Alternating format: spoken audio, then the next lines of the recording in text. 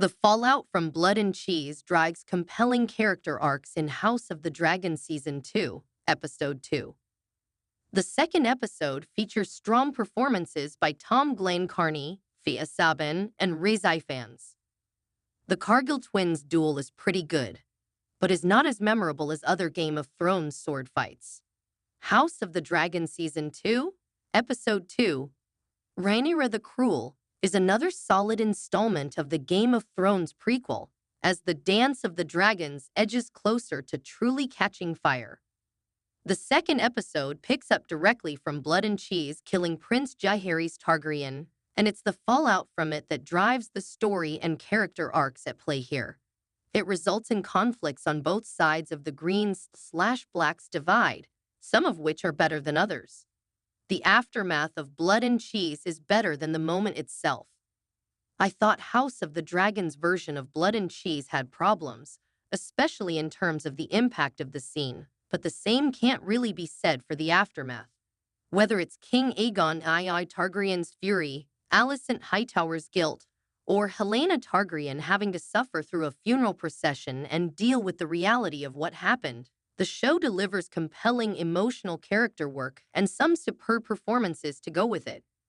Tom Glenn-Carney is particularly terrific here, as we get to see a lot more not only of his acting range, but of Aegon's emotional range.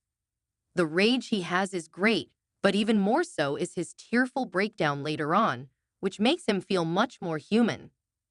Fia Sabin is also excellent as Helena, conveying so much with her eyes and nailing the complexity of a grieving parent with someone who is so often lost in their own dreams. This episode grounds her a little more, and while not always comfortable, it really shows her pain and loss. House of the Dragon nails some key character scenes, but misses others. One of the best parts of Game of Thrones was its conversations between 2 or 3 characters in dark rooms, and it's something House of the Dragon Season 2, Episode 2 gets at in its best moments too.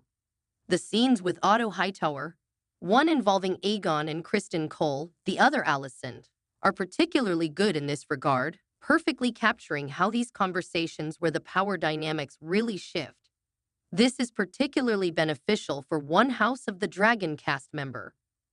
Riz Ifans gives his best performance as Otto to date, towering even as his role becomes smaller, and with a sense of theater as though we're watching him on stage, capturing the tragedy of a man doing Shakespeare in a soap opera. It's also very much a credit to writer Sarah Hess, who gives him, and others, some great dialogue and back and forths to work with, and director Claire Kilner, who stages the scenes like play, drawing us into these moments and letting us linger with them. I also have to give praise to the scene between Rhaenyra and Daemon Targaryen. Like many of their Season 1 interactions, it cackles with electricity, there's a furious chemistry, and it always feels right on the edge of boiling over. However, it also highlights a bit of a problem, in that there's just not enough of this with Daemon so far this season, and I am worried about losing out on that dynamic as he heads to Harrenhal. The duel of the Cargill twins doesn't match Game of Thrones' best sword fights. House of the Dragon Season 2 has its first action sequence with the duel of the Cargill twins, which results in the deaths of both Sir Eric and Sir Eric. Overall, I think this was pretty good. The decision to involve Mysaria did feel a little forced and too convenient for the sake of her redemption, but I liked the inclusion of Rhaenyra in the scene, which doesn't happen in the book. That's not necessarily because it raises the stakes. We know she won't be killed, so Eric must be defeated, but more because of how it shows she is so under threat and can easily be got to by members of the Greens. That could well be a powerful motivator for her moving through the season. The actual fight itself is mostly well done, and I especially liked how it got into the emotion between the 2 brothers.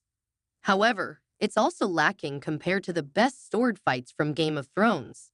There's not the same tension as the Mountain and the Viper, the same visceral brutality as with the Hound and Brienne, nor the grandeur and intensity of another fight between brothers, Clegane and Bull. Again, it's not bad at all. The choreography is good, and it makes good use of the space of Rhaenyra's bedchamber, but I think it could have been longer, which would have allowed more of that intensity and emotion and made for a stronger battle. On the whole, though, this was another enjoyable, if not great, outing that continues the slow build to the Dance of the Dragons really kicking off. New episodes of House of the Dragon Season 2 release Sundays at 9 p.m. ET on HBO and Max.